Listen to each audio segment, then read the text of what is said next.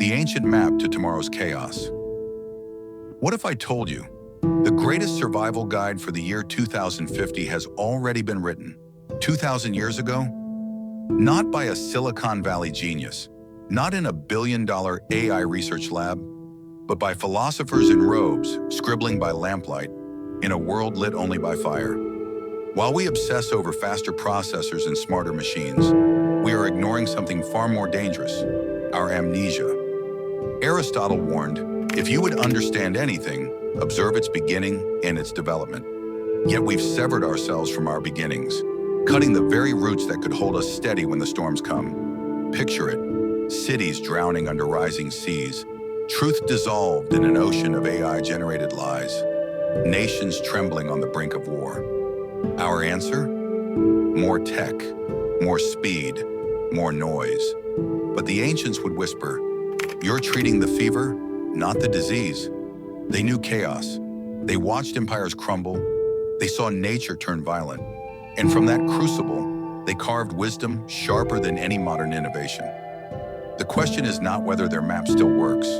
The question is whether we'll open it before the future swallows us whole. The looming storm. Are we prepared? Look around you. Do you feel it? The world is vibrating with a strange tension, as if we're all standing on thin ice, pretending not to hear it crack. On one front, technology is racing ahead. AI learning faster than we can regulate, shaping our thoughts, our markets, even our truths. On another, the earth herself is shifting, oceans inching higher, storms growing monstrous, heat pressing down like an unblinking eye. And in the background, world powers circle each other like predators in the dark, each move heavier than the last. We call this progress, but Aristotle warned, the least initial deviation from the truth is multiplied later 1,000-fold. What if our so-called solutions are actually steering us further from the truth? Climate change is no longer tomorrow's problem. It's today's reality. AI's moral boundaries are undefined, yet we're pushing it into every corner of life.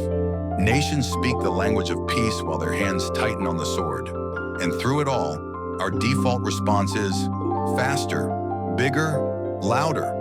But what if speed is our enemy? What if, in our obsession with innovation, we've forgotten the wisdom that could anchor us? The ancients would tell us, a ship without a compass will not be saved by stronger winds. The real question is chilling. Are we preparing for the storm, or just making sure it arrives sooner? Echoes from Antiquity, wisdom for a digital age. When most people imagine the future, they see glowing skyscrapers, self-driving cities, and AI that anticipates every need. But what if the real key to surviving that future lies in the dust of the past? 2,000 years ago, Marcus Aurelius wrote in the midst of war and plague, "You have power over your mind, not outside events. Realize this, and you will find strength." The Stoics understood chaos. They stared into uncertainty and refused to let it master them. In today's age, where every tweet, every headline, every algorithm tries to hijack our attention, this isn't just philosophy, it's armor.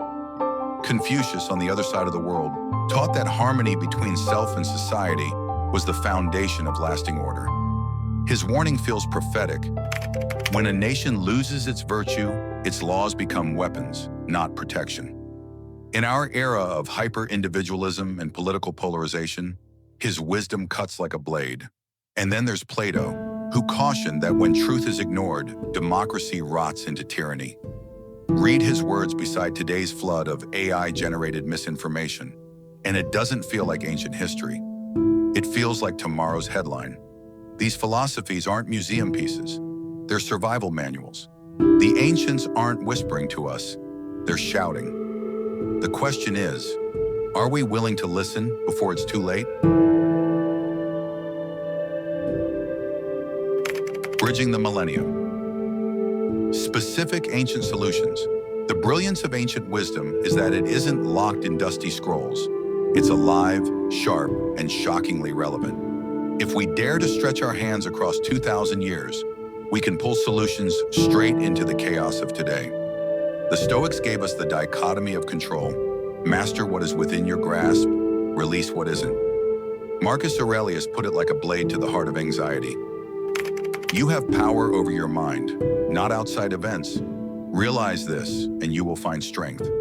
In an age of endless notifications, viral outrage, and digital storms, this isn't just advice, it's a survival shield. Imagine logging into the noise of the internet and walking out with your peace untouched. That is freedom. Plato's vision of justice wasn't mere theory, it was a safeguard against the corruption of power. Today, as AI begins to decide what we see, buy, and believe, his lesson becomes urgent. If we build machines without virtue, we build the seeds of our own enslavement. Aristotle sharpened the point. The good of man is the active exercise of his soul's faculties in conformity with excellence. If our technology is to serve humanity, it must be guided by that same excellence. And the earth itself whispers the wisdom of indigenous traditions. Take only what can be restored. They knew that to break the balance with nature was to sign your own death warrant. In an era staring at ecological collapse, their restraint is not nostalgia. It's the blueprint for survival. The ancients were not primitive, they were precise. They didn't just survive storms, they charted the maps we're refusing to read. And every day, we ignore them. The clouds gather darker. The peril of forgetting, lessons not learned. History doesn't whisper, it shouts. But humanity has a terrible habit of covering its ears. Rome, the empire that once ruled the known world, didn't fall from a single blow. It decayed from the inside. Corruption eating its leaders, greed hollowing its economy, moral rot spreading through its people. Aristotle's warning cuts to the bone. Evil draws men together, and in Rome's final days, unity came not through virtue, but through vice. The fall was not a surprise. It was a slow, inevitable unraveling. The Mayans, masters of the heavens, charted the stars with unmatched brilliance. But they ignored the cries of their own land. Forests stripped bare, soil exhausted, drought unrelenting. What was once abundance became famine. We are making the same bargain now, as if the earth's patience is endless. And Athens, cradle of democracy, was warned by Plato that truce abandonment leads only to tyranny. Yet they let demagogues rise, let lies rule the streets, and watch their golden age die in civil conflict. Today, with deep fakes and algorithmic propaganda, we are walking the same road, only faster. Every fallen civilization left behind the same message.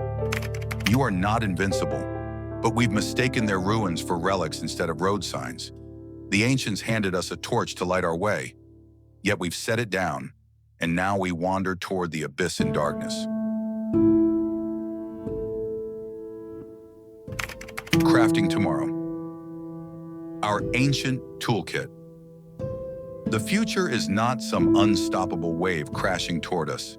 It's a ship, and whether it sails into safe waters or shatters on the rocks depends on the hands at the helm. The ancients have already left us the compass. The tragedy? We keep sailing without it. From the Stoics, we inherit the steel of resilience. Control what you can, release what you cannot. This is not surrender, it's mastery. In a world that tries to bait us into every argument, every crisis, every headline, Stoicism is the shield that keeps our focus sharp and our spirit unbroken. Aristotle, ever the surgeon of the soul, reminds us, the good for man is an activity of the soul in accordance with virtue.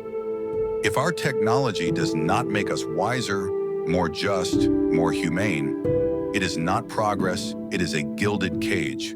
From indigenous wisdom, we gain the law of balance. Take only what can be returned. They understood that to wound the earth is to wound ourselves. In the shadow of climate collapse, this is not just advice, it is the lifeline. We are not powerless. The ancients did not survive by accident. They survived by principle. And now, with the storm clouds of the 21st century above us, their voice grows louder. The future will not be kind to those who ignore the past. The page is blank. The pen is in our hands. The question is, will we write with the ink of wisdom or the blood of regret?